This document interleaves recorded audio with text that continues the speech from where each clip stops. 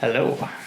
I've decided to do a little summary on January as a whole. Now, today is the 1st of February. So this year I've decided now's the time to start to lose a bit of weight, get a bit fitter, and to do that I need to hold myself accountable.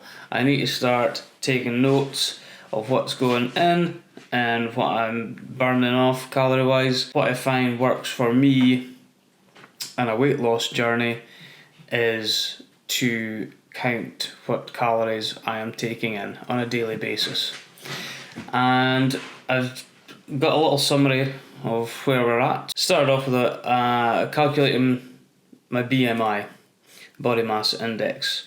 So with a height of 165 centimetres and a weight started off this year at 94 kilos, it gives me a BMI of 34.1 and puts me in the obese category. Not ideal, but we've got to start somewhere. I've decided to start counting my calories, as I've said. So, starting with breakfast. I used to have a couple of slices of toast with honey and a cup of tea. Now, when you count that up, it's 120 calories per slice of white bread, and the serving of honey and the cup of tea comes in at 380 calories for breakfast. Compared to now, what I'm having is a bowl of porridge with a cup of tea.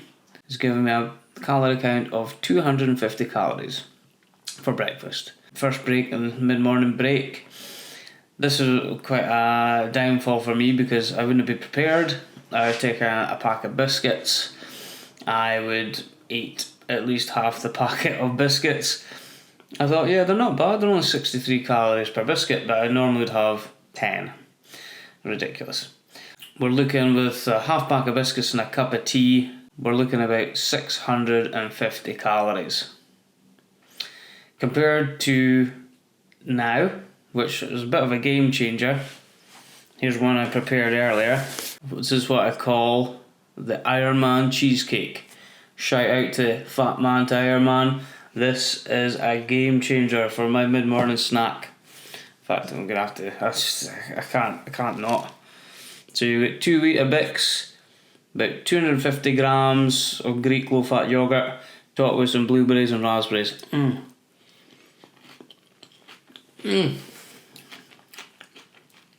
That little what we call a Weetabix cheesecake, it fills me up till lunchtime. I do not have any desire to go and have a snack. It comes to lunchtime and I'm thinking, I'm not starving, whereas I used to be.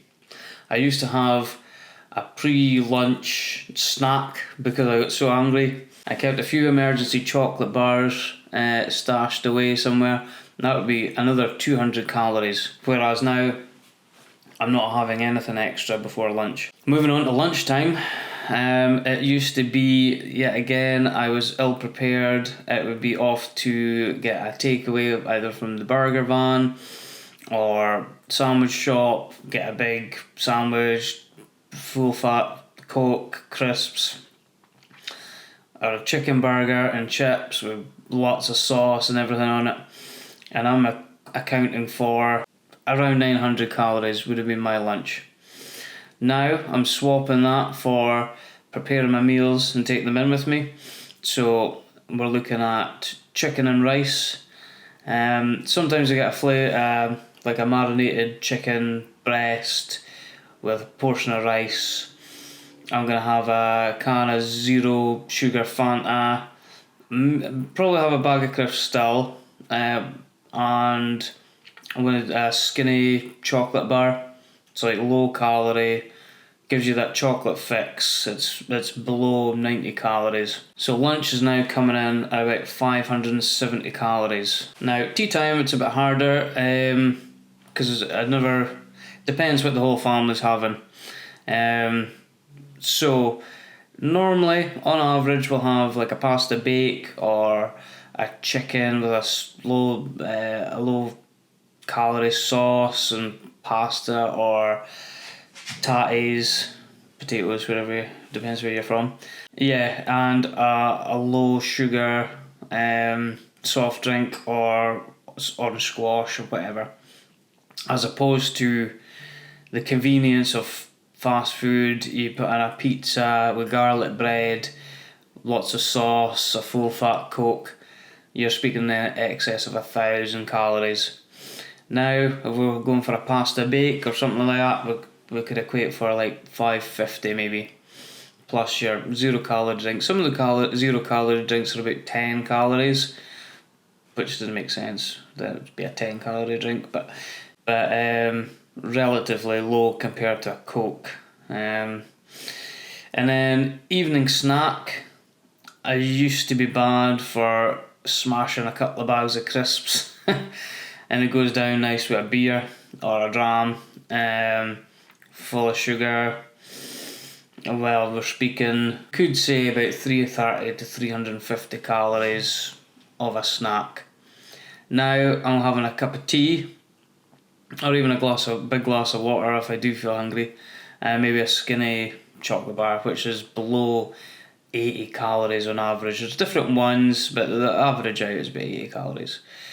So that gives us a total calorie count pre-January 25 of 3,450 calories, which is crazy.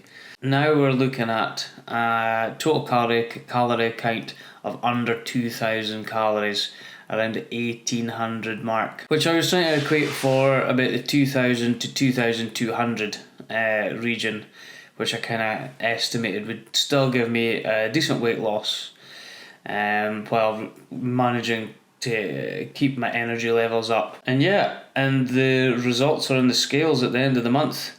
So this month, January 2025, in the last 4 weeks, I've lost a grand total of 3.9 kilos, which I'm really, really chuffed with.